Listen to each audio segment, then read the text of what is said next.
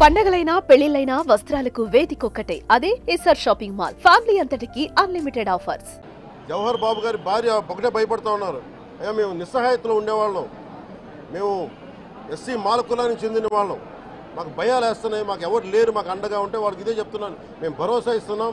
పక్కనే కలెక్టర్ గారు ఉన్నారు, ఎస్పీ గారు ఉన్నారు, ఎమ్మెల్యే గారు ఉన్నారు, మిగతా జిల్లా సంబంధించిన నాయకులందరూ ఎమ్మెల్యేస్ ఉన్నారు, నాయకులు ఉన్నారు. మేము అందరి తరఫున మాటిస్తున్నాం. మీకు ఏ మాత్రం ప్రాణ భద్రతకి ఏమైనా ముప్పు కలిగినా మేమందరం మీకు అండగా ఉంటాం, కఠినమైన శిక్షలు తీసుకుంటాం మీకు భరోసా ఇవ్వడం జరిగింది వాళ్ళకి.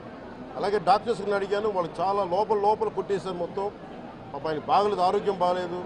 అన్నిటికంటే కూడా ఒక ఎంపీడీఓ అంటే ఒక మండలానికి ఉన్నతాధికారి, ఆయన ఒక ఎస్పీ, ఆయన ఆ మండలానికి ఆయన ఒక కలెక్టర్ స్థాయి వ్యక్తి.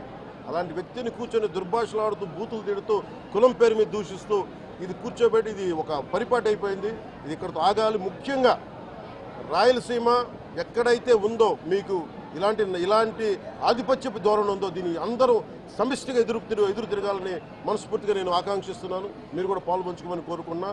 అలాగే చాలా స్పష్టమైన ఆదేశాలు ఇచ్చాం.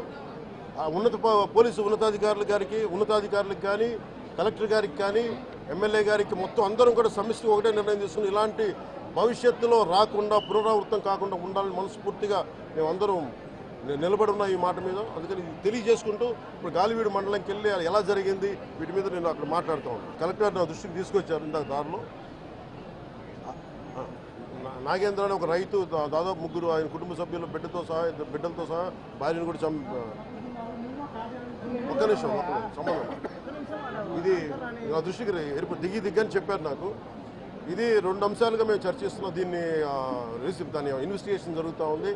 ఒకటి, అంతకు ముందు రోజే మ్యూటేషన్ మీద మేము తిరిగి ఆయన పొలం ఆయనకు వచ్చేస్తుంది, ఆయన ఎవరి దగ్గర అప్పు తీసుకున్నారంట. ఆ సదరు వ్యక్తి దగ్గర తిరిగి ఆయన మీద రాయించుకోవడానికి ఆయన మ్యూటేషన్ కూడా జరిగింది. అంటే దాని అర్థం ఏంటంటే అప్పు తీర్చడానికి సంసిద్ధంగా ఉన్నారు, ఆయన దగ్గర డబ్బులు ఉన్నాయని అర్థం.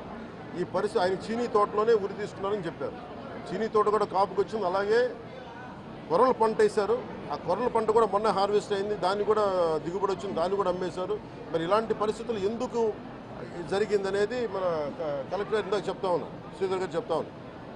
ఇది చాలా బాధాకరం అనిపించింది. వారికి మనస్ఫూర్తిగా నేను నా గుండె లోపల నుంచి నేను సానుభూతిని తెలియజేస్తున్నాను, ప్రగాఢ సానుభూతిని. అది ఏ పరిస్థితుల్లో జరిగిందనేది సంపూర్ణమైన నివేదిక వచ్చాక దీని మీద సరైన యాక్షన్ తీసుకుంటాం. ఒకవేళ నిజంగా అప్పులు బాధ భరించలేక చనిపోయారా, అలాగే లేదంటే ఎవరన్నా బలవంతంగా ఇబ్బంది పెట్టి చచ్చిపోయేలా చేశారు, ఈ కోణంలో కూడా మనకి ఇన్వెస్టిగేషన్ జరుగుతూ ఉంది. దీని మీద వచ్చాక దీని మీద ఖచ్చితంగా స్పందిస్తాం. ప్రధాన సమస్య ఉంది సార్. అటవీ శాఖ ఆధ్వర్యంలో ఫార్మ్ టు పర్మిట్ ఇస్తారు సార్. ఎక్కువగా ఇక్కడ రిజర్వ్ కన్వర్షన్ ఎక్కువ సార్, ఫారెస్ట్ రిజర్వ్ కన్వర్షన్ ఎక్కువ. దాంతో ఈ ఫార్మ్ టు పర్మిట్ అంటే అడుగులు అనిపిస్తున్నారు. చాలా బాధాకరమైన అంశం సార్. ఇక్కడ పర్యావరణం చాలా గందరగోళంగా తయారైంది. ఇక్కడ ఏ ప్రాంతం ఉండేది? మొత్తం అంతా ఉంది సార్. మొత్తం ఉమ్మడి కడప జిల్లాలో ఎక్కువ బదివేలు ఉంది, భీమటం ఉంది. నేను అతి కొద్ది రోజుల్లోనే కలెక్టర్ చేసి దీన్ని ఒకసారి రివ్యూ పెట్టండి. ఫారెస్ట్ డిపార్ట్మెంట్తో కూడా ఒకసారి నేను అన్ని ఫేక్ చార్కోల్ దీని మీద మేము ఖచ్చితంగా నేను పెట్టండి.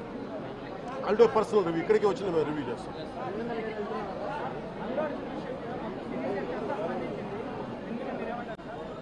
రెలవెంట్ ఇక్కడ మనుషులు చచ్చిపోయి సినిమాల గురించి మాట్లాడారు. కొంచెం పెద్ద మనుషులు,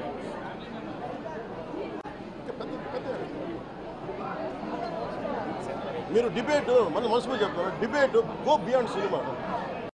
ఈయన చెప్తుంది ఏముంది, కోల్ అరాచకం, వాటి మీద మాట్లాడారు.